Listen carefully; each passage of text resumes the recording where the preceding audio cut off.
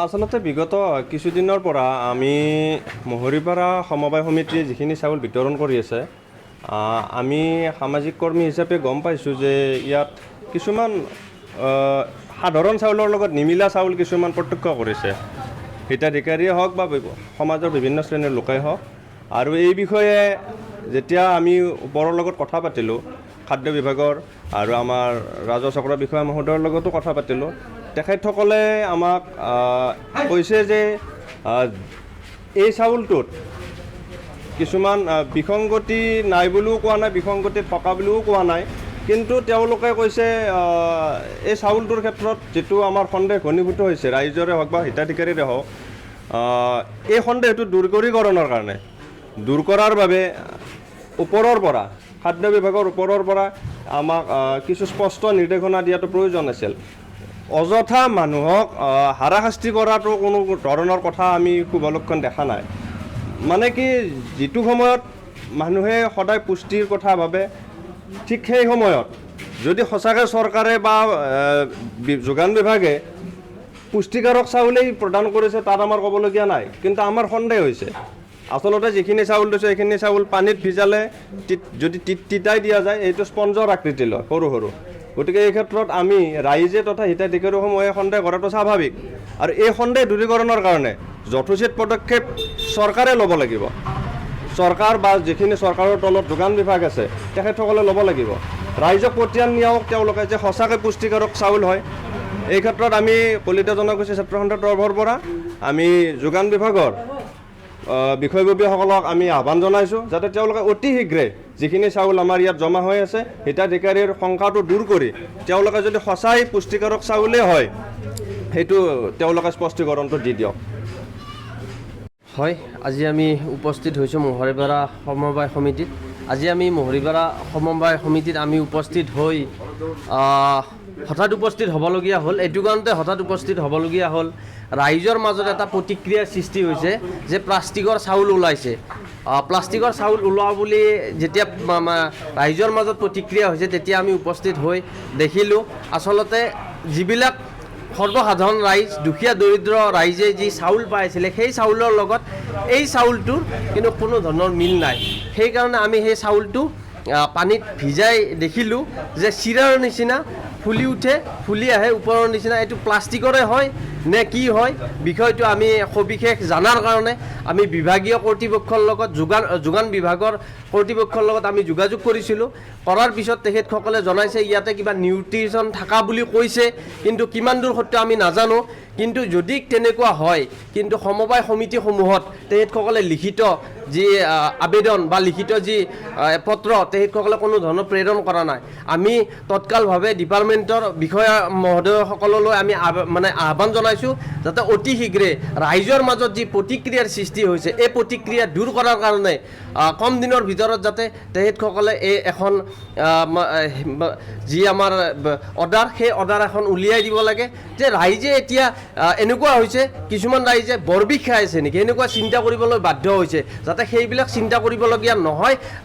যোগান মন্ত্ৰীৰ দায়িত্বত থকা ৰঞ্জিত দাস ডাঙৰীয়া অলপমান যাতে এই বিষয়বিলাক যাতে অকল মই ভাবোঁ এখন সমবায়ত নহয়, সমগ্ৰ অসমতে যদি এনেকুৱা সমস্যাৰ সৃষ্টি হৈছে, আমি শুনা পাইছোঁ যে বঙাইগাঁৱতো হৈছে, মৰিগাঁৱতো হৈছে, সকলো ঠাইতে সকলো সমবায়তে যদি এনেকুৱা সমস্যাৰ সৃষ্টি হৈছে, এই সমস্যাটো দূৰ কৰাৰ কাৰণে আপোনালোকে এখন বিজ্ঞাপন যোগেদি হওক বা কিবা এডভাৰটাইজ যি ধৰণে আপোনালোকে সুবিধা হয়, সেই ধৰণে আপোনালোকে ডিপাৰ্টমেণ্টৰ সকলো বিভাগীয় কৰ্তৃপক্ষক জনাওক। আৰু বিভাগীয় কৰ্তৃপক্ষৰ সমবায়সমূহক জনোৱাৰ কাৰণে আমি নেমচু বাক্সা জিলা কমিটিৰ তৰফৰ পৰা আহ্বান জনাইছোঁ। যিহেতু এই চাউলখিনি হয়, চাউল যিখিনি বিতৰণ কৰিছে, যিখিনি ৰাইজৰ মাজত গৈছে, এইখিনি চাউল এতিয়া গম পোৱা মতে নগাঁৱতো এনেকুৱা হৈছে। নগাঁৱত তাৰপিছত যেতিয়া প্ৰতিক্ৰিয়া সৃষ্টি হৈছে, প্ৰতিক্ৰিয়া সৃষ্টি হোৱাৰ পিছত এখন অৰ্ডাৰ উলিয়াই দিলে যে ইয়াতে কোনো ধৰণৰ চাউলটোত প্ৰব্লেম নাই, ইয়াতে নিউট্ৰিশ্যন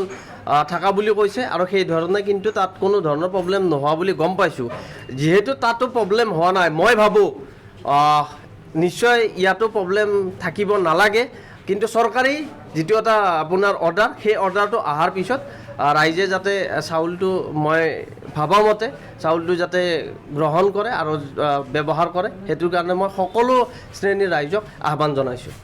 অহা বুলি এটা অভিযোগ উত্থাপন হৈ আহিছে, সাধাৰণ ৰাইজৰ মাজত এটা প্ৰচাৰ হৈছে, এই বিষয়ে কি ক'ব? আপুনি সমবায় সমিতিৰ মানে ছেক্ৰেটাৰী হিচাপে। হয়, এইটো যোৱাকালি মই গম পালোঁ ৰাতিত গম পোৱাৰ পিছত আমি প্ৰাৰম্ভিকভাৱে অলপমান অনুসন্ধান চলালোঁ আৰু বিভিন্ন জেগাৰ পৰা চাউলৰ চেম্পল আমি কালেক্ট কৰি আমাৰ সমবায়তো চাউলৰ চেম্পল কালেক্ট কৰি আমি চাউলখিনি চালোঁ যে চাউলখিনি অলপ ডাঙৰ মানে দেখাত প্লাষ্টিকহেন লাগে।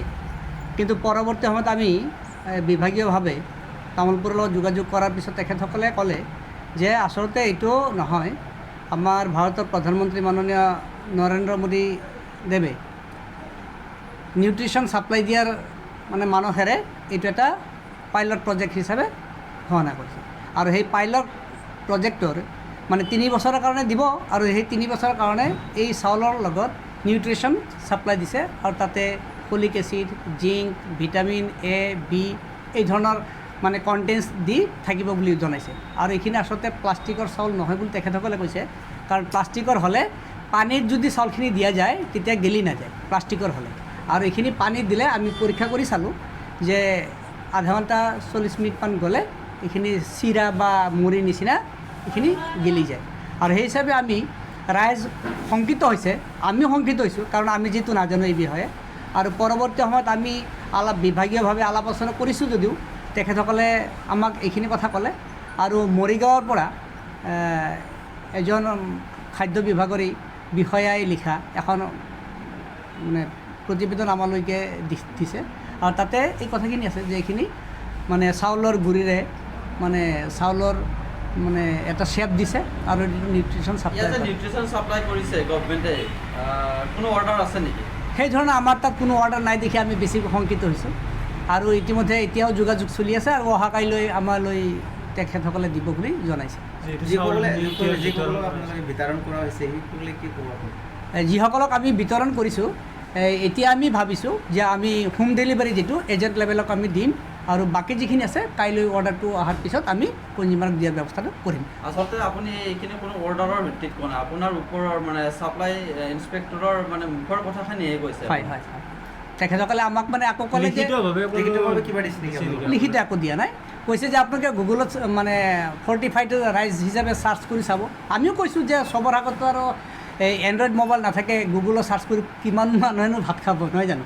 এই কথাখিনি আমি জনাইছোঁ, তেখেতসকলে অহাকাইলৈ দিব বুলি জনাইছে। ডিপাৰ্টমেণ্টে এই বিষয়ে এতিয়া কোনো সজাগতামূলক ব্যৱস্থা কৰা নাই? সেনেধৰণৰ কৰা আমাৰ পৰিলক্ষিত হোৱা নাই।